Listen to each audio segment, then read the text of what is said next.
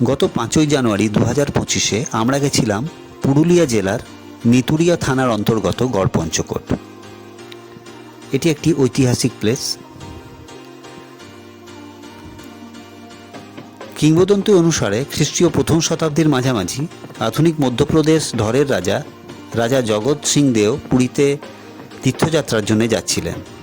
সেই সময় ঝালদায় ক্যাম্পিং করার সময় রানী একটি পুত্র সন্তানের জন্ম দেন। জগৎদেও দলবল বিশ্বাস করেছিলেন যে শিশুটি মৃত এবং তাকে সেখানে রেখে তারা পরবর্তী গন্তব্যের দিকে রওনা হয়ে যান। পরে ঝালদার আদিবাসী নেতারা শিশুটিকে জীবিত দেখতে পান।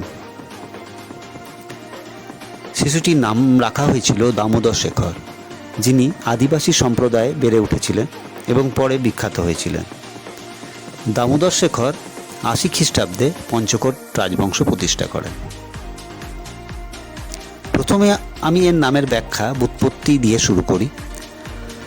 গড়পঞ্চকোট নামটিকে 3 ভাগে ভাগ করা যেতে পারে।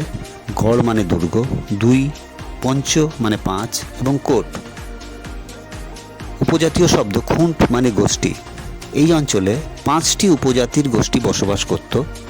5 খুঁট বা পঞ্চকোট নামে নামকরণ করা হয়েছিল, যা পরে ব্রিটিশরা পাঞ্চেত হিসাবে সরলীকৃত করেছিলেন। পাঞ্চেত পাহাড় আনুমানিক 640 মিটার উঁচু। এটি ছোটনাগপুর মালভূমির একটি অংশ।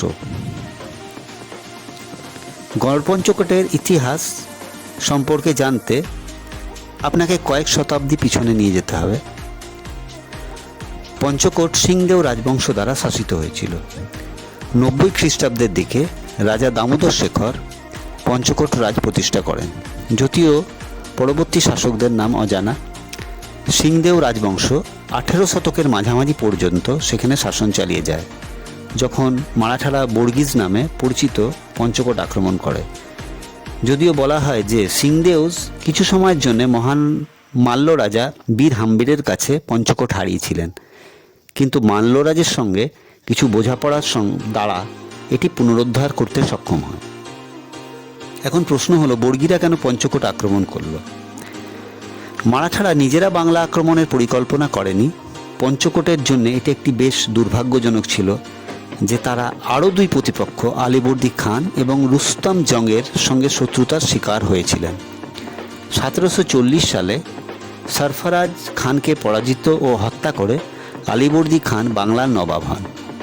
রুস্তম জং, যিনি সরফরাজ খানের শালক ছিলেন, আলীবর্দী খানের উপর প্রতিশোধ নেওয়ার চেষ্টা করেছিলেন, কিন্তু ব্যর্থ হন, যার ফলে তিনি বুঝতে পারেন যে তিনি তার নিজের ক্ষমতায় আলীবর্দী খানকে পরাজিত করতে পারবেন না।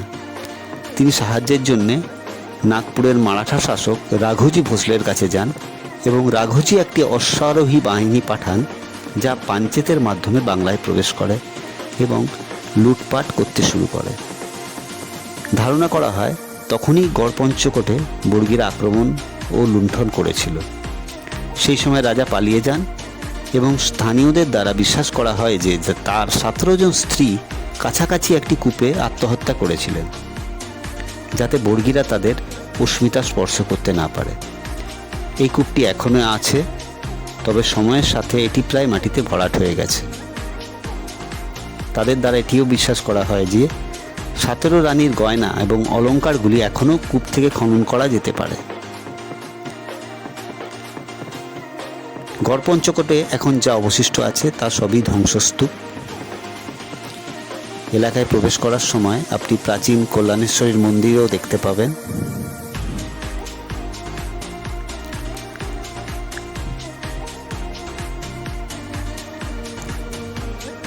এখানকার পোড়ামাটিতে টেরাকোটা শৈলীতে নির্মিত কাঠামোর মতো কিছু মন্দির দেখতে পাওয়া যায়, যা স্পষ্টভাবে বিষ্ণুপুরের মতো জোর বাংলা টাইপের।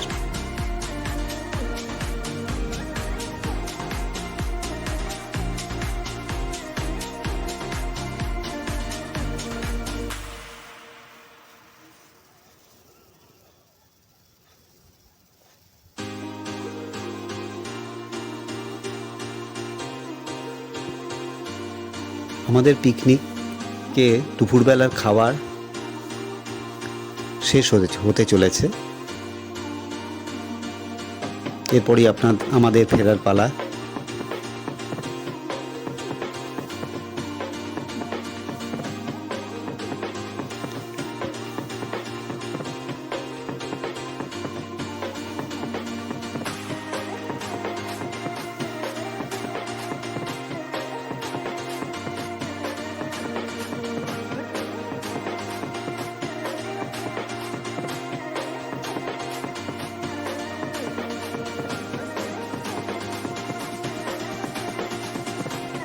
ভিডিওটি ভালো লাগলে আপনারা অবশ্যই শেয়ার এবং সাবস্ক্রাইব করে নেবেন।